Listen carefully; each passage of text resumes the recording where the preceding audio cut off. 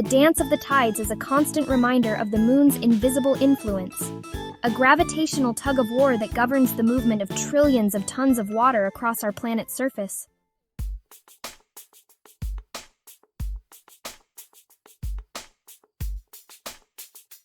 The timing of high and low tides is not random.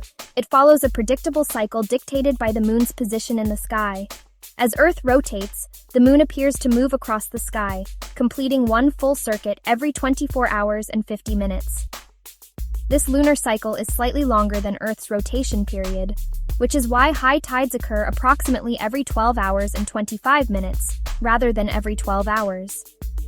The height difference between high and low tide, known as the tidal range, also varies depending on the moon's phase and its position relative to the sun.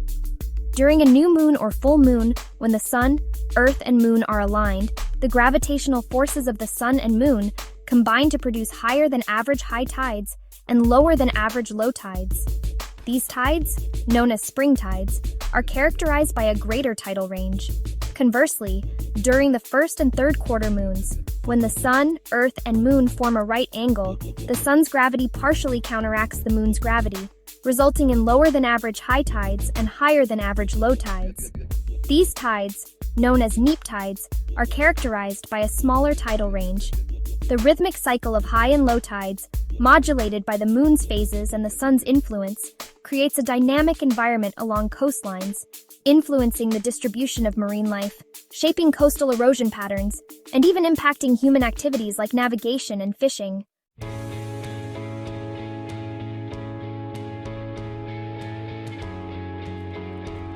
The tidal bulges that create the tides are not static mounds of water. They are dynamic features that constantly shift and move in response to the moon's gravitational pull and Earth's rotation. As Earth spins, these bulges follow the moon's position in the sky, creating a wave-like motion in the oceans. This wave, however, is not a typical ocean wave that breaks on the shore. It's a much larger and more subtle phenomenon that affects the entire water column, from the surface to the ocean floor. Imagine a giant shallow bowl filled with water. If you gently tilt the bowl from side to side, you'll notice that the water level at the edges of the bowl rises and falls in response to the tilting motion. The tidal bulges are similar, except instead of a bowl, we have the ocean basins, and instead of tilting, we have the moon's gravitational pull.